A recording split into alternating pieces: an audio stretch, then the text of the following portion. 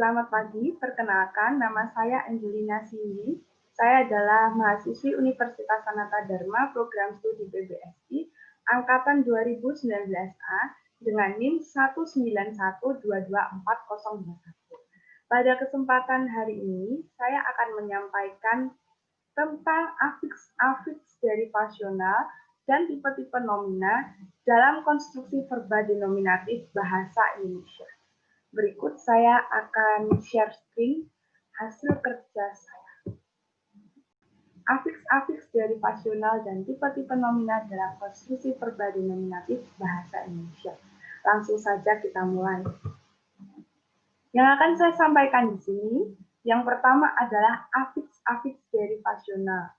Dua prefiks, konfiks, simulfiks, kombinasi afiks, tipe-tipe nomina, dan ada nomina dasar, nomina turunan, frasa nomina, nomina autentik, dan nomina ganda.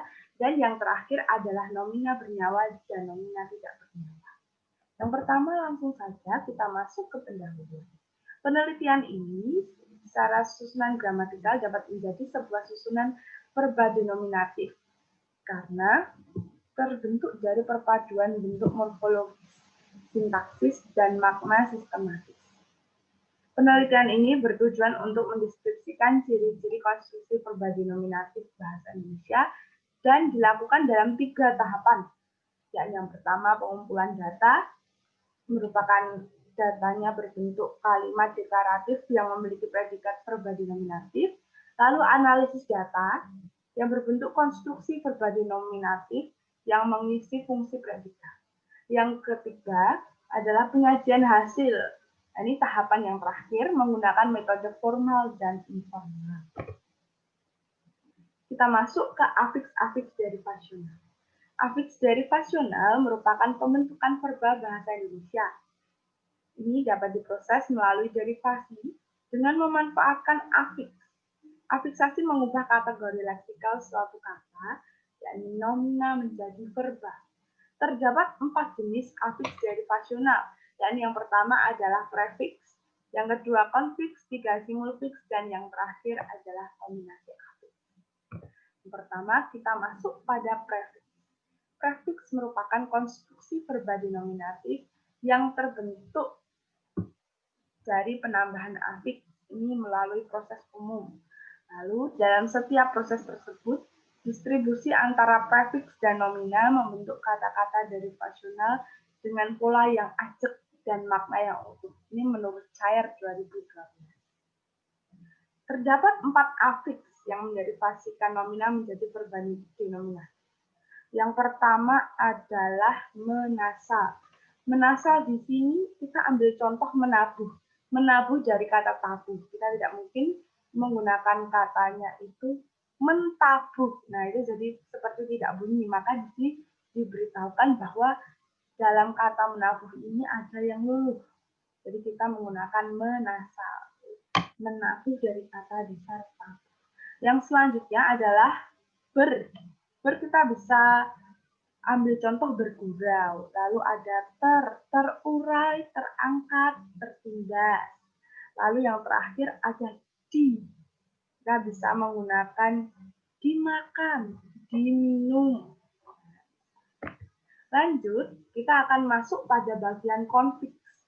Konfiks merupakan afiks tunggal yang terjadi dari 2 bagian yang terpisah. Yakni menurut Frida Laksana tahun 2009 dan Kristal 2008. Terdapat 4 konfiks yang dapat menderivasikan nomina menjadi verba denominatif. Yang pertama, di sini ada beran, ini R besar, artinya hubung, lalu ditambahi an, lalu ada berkan dan bean. Ini merupakan konfiks, ditambah nomina, itu menjadi verba denominatif. Beran, kita bisa ambil contoh bertaburan. Yang kedua ada terus R besar, ini maksudnya tanda hubung, lalu ada an. Ini maksudnya kita ambil contoh bermaaf-maafan. Lalu yang ketiga ada berkan, berkenalan, berdasarkan yang diambil dari kata dasar. Lalu ada kean, kelupaan, kesiangan, kepagian, dan kemalaman. Lanjut, Kita akan masuk pada bagian simulfix. Simulfix merupakan afiks yang tidak berbentuk suku kata dan yang ditambahkan atau dileburkan pada morfem dasar. Ini menurut Frida Laksana tahun 2009. Kenapa kita ambil dari banyak Frida Laksana? Karena ini sudah sumber datanya sudah otentik, sudah valid dan bisa dipertanggungjawabkan. Simulfix yang dapat menderivasikan nomina menjadi verba denominatif adalah imbuhan N. Jadi di sini kita ajak imbuhan N, lalu ditambah dengan nomina akan menjadi verba denominatif. Contoh simulfix itu biasanya ada pada bahasa Jawa. Contohnya pada kata nyoto bakso. Nah, misal dalam kalimat aku mau nyoto di sana, aku mau bakso di sana, berarti aku mau makan soto di sana, aku mau makan bakso di sana. Dan ada juga istilah ngontak. Kontak itu berarti menghubungi. Tolong kamu kontak dia. Nah, kalau di sini, tolong kamu kontak dia. Lanjut, kita akan masuk dalam kombinasi afiks. Kombinasi afiks merupakan penggabungan dua afiks atau lebih yang dapat berdistribusi dengan dasar. Ini menurut Frida Laksana lagi. Terdapat 14 kombinasi afiks yang dapat menderivasikan nomina menjadi verba denominatif. Nah, ini saya akan menjelaskan beberapa saja. Ini teman-teman bisa lihat, ada 14 kombinasi afiks yang disajikan. Saya akan membahas beberapa. Yang pertama, menasal ditambah dengan i. Contohnya apa? Menabungi, berasal dari kata tabung. Yang kedua, menasal ditambahkan jadi mengalihkan bisa, menguliahkan bisa. Orang tuamu sudah menguliahkan kamu dengan susah payah. Nah, gitu. Yang ketiga ada memperbudak. Lalu ada diperbudak. Memper itu bisa jadi memperkenalkan, bisa memperkeruh ya tadi. Lalu ada memper ditambahkan, memperdebatkan bisa. Lalu yang terakhir ada diperkenankan, diperkenalkan, bisa ya teman-teman. Lanjut, kita masuk dalam tipe-tipe nomina. Yang pertama adalah nomina dasar. Ini berwujud morfem bebas. Contohnya ada meja, kursi, buku, dan lagu. Nah, lalu ada ada nomina turunan. Ini berwujud morfem bentukan sebelum diderivasikan. Ini menurut Eichenwald dan Dickson 2007. Contohnya keluaran, halaman, dan keselamatan. Nomina turunan ini sebuah kata yang sudah diturunkan, jadi ada tambahannya gitu. Yang nomina dasar tadi kata dasar semua. Lalu ada frasa nomina, di sini berwujud nomina yang berdistribusi dalam konstruksi frasa menurut Dickson dan Eichenwald 2002. Contohnya adalah rumah sakit, patah hati, matahari. Rumah sakit itu diambil dari dua kata yang berbeda namun membentuk makna yang baru. Patah hati bukan maksudnya hati kita yang patah, tapi hati dalam konteks percintaan. Nah, matahari terdiri dari dua kata, yaitu mata dan hari, yang berarti sang surya.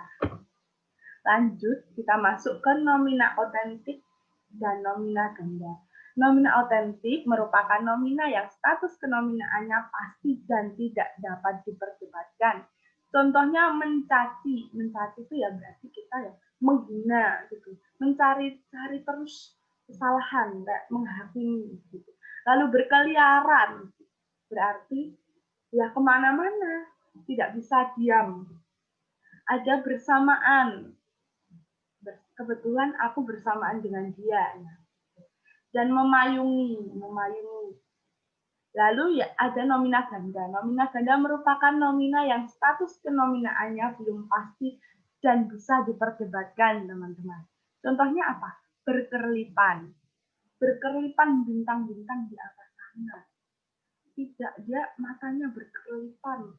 Sangat indah. Itu bisa. Ada dua arti. Lalu ada kata merajut. Aku ingin merajut asa di Sanata Dharma seperti jingle Insada waktu itu. Namun ada juga orang yang menganggap pasti merajut itu bisa digunakan untuk kata merajut baju. Gitu. Lalu ada nomina bernyawa dan nomina tidak bernyawa, teman-teman. Yang pertama, nomina bernyawa merupakan nomina yang mengacu pada referen-referen yang memiliki nyawa atau hidup. Nah, ciri-cirinya sangat gampang, teman-teman. Untuk mengetahui nomina bernyawa ini, sebutkan saja makhluk hidup. Maksudnya panggilan seperti ayah, ibu, kakak, adik, tumbuhan, itu bisa. Lalu nomina tidak bernyawa merupakan nomina yang mengacu pada referen-referen yang tidak memiliki nyawa. Contohnya seperti meja, kursi, laptop, HP, selat, pelabuhan, dan sebagainya yang tidak memiliki nyawa. Nah, ini ada subkelas nomina bernyawa, teman-teman. Ada nama diri, nama kekerabatan, nomina yang menyatakan orang atau diperlukan seperti orang, lalu nama kelompok, manusia atau suku bangsa, flora fauna, nama organ fisik dan makhluk hidup. Teman-teman bisa di sini melihat contohnya. Lalu selanjutnya, ini ada subkelas nomina tidak bernyawa. Ada nomina geografis seperti Indonesia, Belanda, Korea, nama lembaga, nama nomina waktu, awal bulan, akhir tahun, 1 minggu, nomina bahasa, bahasa Mandarin, Melayu, ukuran dan takaran, berapa lusin, berapa kodi, kilo, senti, nama alat, teman-teman. Kita bisa palu, open, bor, nama acara, wisuda ada, arisan, dan misa. Lalu selanjutnya ada nama konsep pikiran, agama, filsafat, Tuhan. Lalu ada tiruan bunyi, titik-titik, bunyi apa itu? Lalu ada aum, ada embi. Lalu ada nama produk, kopi, bakso, yummy. Masih banyak. Yang terakhir ini ada nomina benda berwujud. Contohnya rumah, lemari, celana, baju. Bisa. Lanjut, kita masuk pada bagian penutup. Dengan presentasi di atas, dapat disimpulkan bahwa afiks derivasional merupakan pembentukan verba bahasa Indonesia yang didapat melalui proses derivasi dengan memanfaatkan afiks dan memiliki 4 jenis, yakni prefiks, konfiks, simulfiks, dan kombinasi afiks. Dan ada beberapa tipe-tipe nomina yang ada, yakni nomina otentik, nomina ganda, nomina bernyawa, dan nomina tidak bernyawa. Berdasarkan penelitian yang telah dilakukan, peneliti perlu membahas terkait susunan kata yang diderivasikan dari kata nomina, benda, kata dan kategori lainnya. Selain itu, peneliti perlu mempertimbangkan derivasional yang diturunkan dari aplikasi. Terima kasih atas perhatiannya. Saya mohon maaf apabila ada kesalahan kata. Lebih dan kurangnya mohon dimaafkan. Terima kasih.